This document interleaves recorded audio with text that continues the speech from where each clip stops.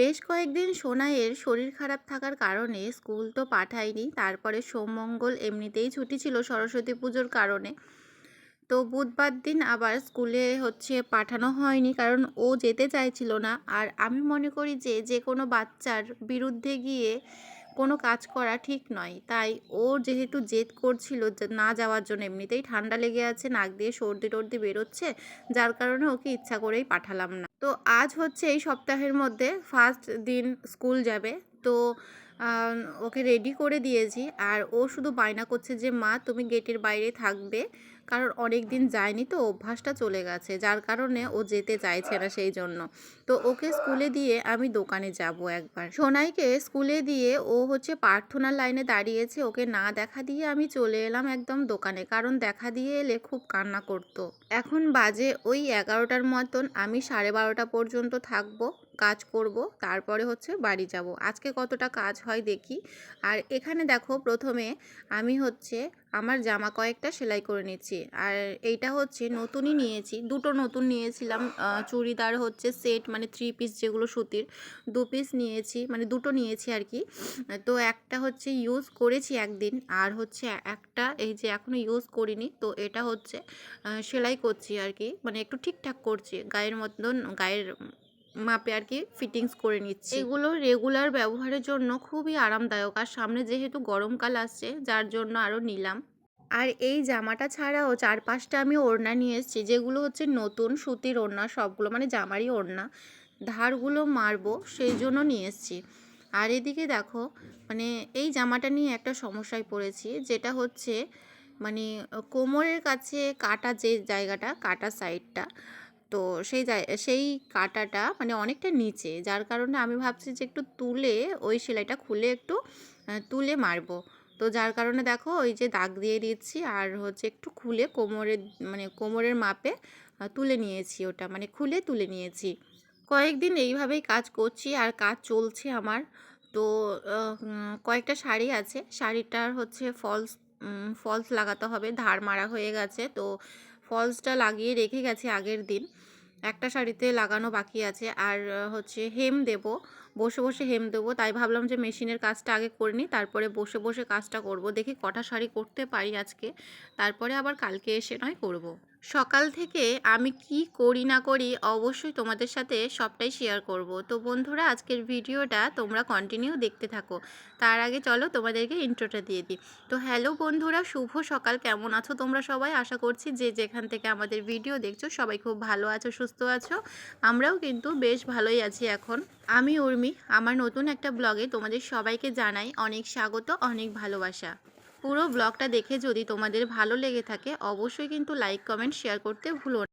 তো কিছু হাতের কাজ ছিল, সেগুলো কমপ্লিট করা হয়ে গেছে আমার। তো এখানটায় 4টে শাড়ি আছে, পাড় লাগাতে হবে, ফলস পাড়। তো ফলস পাড় কালকে আমি লাগিয়ে গেছি, একটাতে শুধু লাগাইনি, এটা লাগানো বাকি আছে। এগুলো তো সব লাগিয়েছি, এগুলো হেম দেবো এখন। তো চলো, বসে বসে কটা করতে পারি জানি না, 12টা 12:30 বেজে গেলে ঘরে চলে যাব। তো চলো, মেশিনের সেলাই আমার কমপ্লিট হয়ে গেছে ওদিকে, এবার বসলাম আমি হেম করতে। তাই শাড়ির ভাঁজটা পুরোটাই খুলে নিচ্ছি, এটা করে আবারও আসছি তোমাদের সাথে।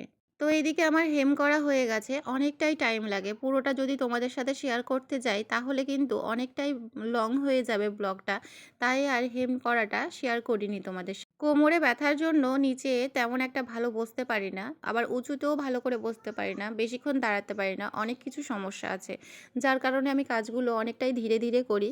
আর এখন দেখো 12টার বেশি হয়ে গেছে, তা ভাবলাম যে আর নতুন কোনো শাড়ি ধরবো না, এখন এটাই থাক, কালকে আবার এসে কাজ করব। তাই ভালো করে গুছিয়ে রেখে দিচ্ছি, আর যেগুলো আমার জিনিস সেগুলো ব্যাগে ভরে নিচ্ছি ভালো করে। তো দোকানটাকে ঝাঁট দেবো, তারপর বাড়ি চলে যাব।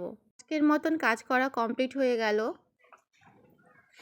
বন্ধুরা, একটু আগে বাড়িতে চলে এসেছি, আর এসে দেখো রান্না বসিয়ে দিয়েছে, এদিকে ভাত বসিয়ে দিয়েছে, এদিকে শাক বসিয়েছি, সেদ্ধ লাফা শাক। তো এটা তোমাদের দাদাভাই খুব পছন্দ করে, আজকে নিয়ে এসছে, বললো যে এই শাকটা বানাতে।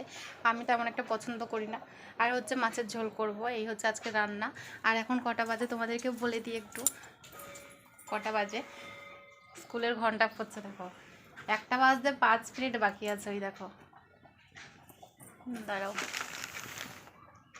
1টা বাজতে 5 মিনিট বাকি আছে। কখন হয় চলো রান্না বান্না।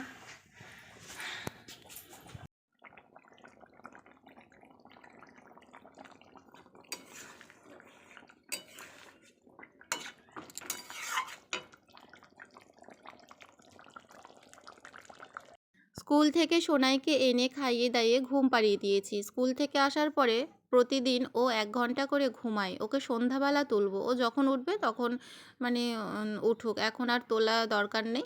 তো ভাবলাম যে এই সময় আমি কাজগুলো কমপ্লিট করি। জামাকাপড়গুলো গুছিয়ে রেখে দিচ্ছি। আজকে জানো তো স্কুলের ওই সাদা ড্রেসটা ধুয়ে দিয়েছি। প্যান্টটা ধুতে হয় না, কারণ প্যান্টটা তেমন একটা ময়লা হয় না। আর সাদা ড্রেস যেহেতু সেই জন্য ঘন ঘন ময়লা হয়ে যায় একদিন পরলে। বাচ্চারা যেহেতু সেই জন্য বুঝতেই পারছো। তো প্রতিদিন আমি কিন্তু এইভাবে ধুয়ে দিই, মানে যখন স্কুলে যাই সেই দিনকারই ধুয়ে দিই। তো মানে সিল্কের জিনিস তো, টেরিকট, তো তাড়াতাড়ি শুকিয়ে যায়, ওটার কোনো ঝামেলা নেই, তাই তার মানে ধুয়ে দিই আর কি প্রতিদিন। আর আমাদের উঠোনের মাটিগুলো তোমাদের দাদাভাই কেটেছে, সেটা তোমাদের সাথে শেয়ার করাই হয়নি। বেগুন গাছ যা ছিল, পালং শাক, ধনেপাতা, এগুলো যাই ছিল সবই তুলে দিয়েছে, কারণ ওখানে একটা কাজ হবে।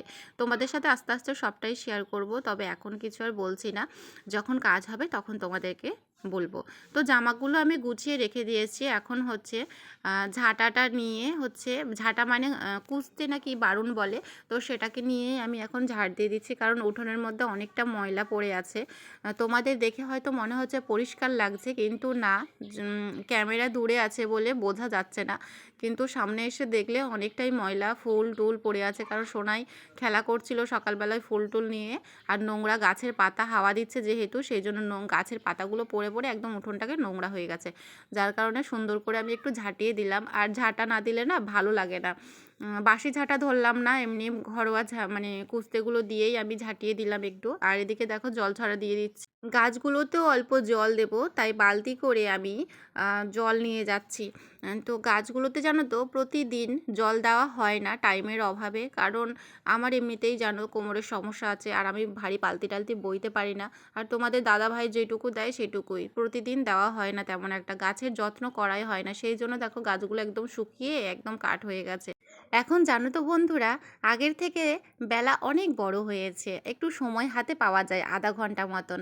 দেখো নয়তো এতক্ষণে কিন্তু সন্ধ্যা হয়ে যেত, এখন প্রায় 5টা বেজে গেছে। এখনও দেখো সেই রোদটা কিন্তু মানে মুখের মধ্যে ছটা লাগছে এই রকম আছে।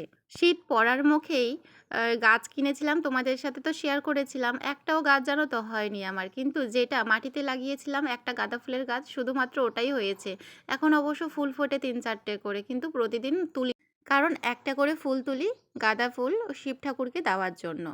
রোজ তো তোমাদের সাথে বিকেলের কাজবাজগুলো শেয়ার করা হয় না, তো ভাবলাম যে চলো আজকে বিকেলের কাজবাজগুলো তোমাদের সাথে তো প্রতিদিন শেয়ার করতে পারি না, তাই ভাবলাম যে আজকেই শেয়ার করি। তো যদি ভালো লাগে আমার কাজবাজগুলো আর আমার ভিডিওটা যদি দেখে ভালো লাগে, অবশ্যই কিন্তু লাইক কমেন্ট শেয়ার করে দিও প্লিজ। খাওয়া দাওয়ার পরে বাসনগুলো না মেজে ফেলে রেখেছিলাম, তো এখন হচ্ছে ধুয়ে নিই। আমার ওদিকে উঠোন ঝাড় দেওয়া, জল ছড়া দেওয়া সব কিছু হয়ে গেছে, গাছে জল দেওয়া আর রাস্তায়ও জল দেওয়া হয়ে গেছে। রাস্তায় আর ঝাড় দিলাম না, কারণ বাসি রাস্তা হলে মানে কালকে সকালবেলা তোমাদের দাদাভাই ঝাড় দেবে, সেই জন্য আর দিলাম না। আর রাস্তার মধ্যে কি বলো তো, ঝাড় দিলেও সেই ছাগলে পটি করে করে চলে যায়, যার কারণে এত বিচ্ছিরি লাগে রাস্তাটা দেখতে, ওই জন্য আর ঝাড় দিলাম না। আজ সকাল থেকে বিকেল পর্যন্ত কি কি করলাম তোমাদের সাথে সবটাই শেয়ার করলাম। ভালো লাগলে কিন্তু অবশ্যই একটা শেয়ার করো, আর ছোট্ট করে একটা কমেন্ট দিও, কারণ তোমাদের ওই একটা ছোট্ট কমেন্টে আমাকে কিন্তু অনেকটা আগ্রহ করে ভিডিও বানানোর জন্য। বাসনগুলো আমার মাজা কমপ্লিট হয়ে গেছে, এখন আমি সিঁড়িতে রেখে দিয়েছি, পরে আমি নিয়ে চলে যাব। আর হচ্ছে ভাতের ফ্যান ঝরাই, যেগুলো ভাতের হচ্ছে নাতা বলি, তো সেই নাতাগুলো না একটু চ্যাটচ্যাটে ভাব হয়ে গেছিলো, যার কারণে আমি সার্ফের মধ্যে ডুবিয়ে রেখেছিলাম দুপুরবেলা, তো এখন কেচে দিচ্ছি সেটা। তো বন্ধুরা চলো আজকের মতন টাটা, দেখা হচ্ছে খুব তাড়াতাড়ি নতুন কোনো ব্লগে।